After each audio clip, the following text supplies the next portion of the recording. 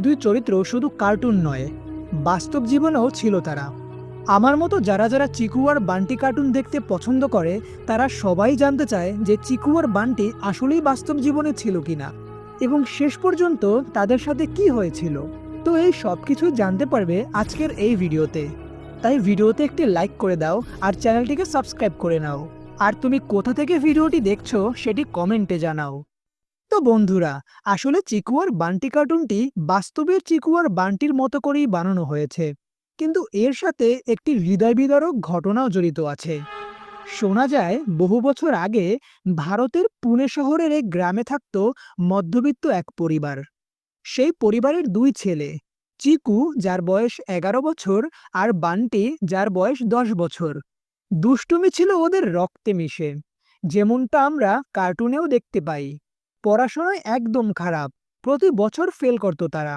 তবুও সবার মুখে হাসি ফোটাতে এই দুই ভাইয়ের জুড়ি মেলা যাবে। তার বাবা যাওয়ার জন্য বললেও তার মা যেতে দিতে রাজি হচ্ছিল না।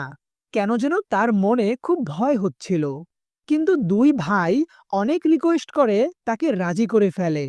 পরের দিন সবার সাথে শিক্ষা সফরে যায় তারা। প্রথমে সবকিছু দারুণভাবে চলছিল, হাসি খেলা দুষ্টুমিতে ভরে উঠেছিল দিনটা।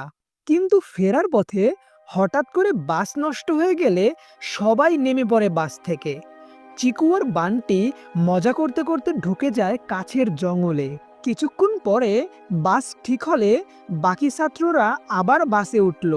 তখনই দেখা গেল চিকু আর বান্টি এখনো উঠেনি।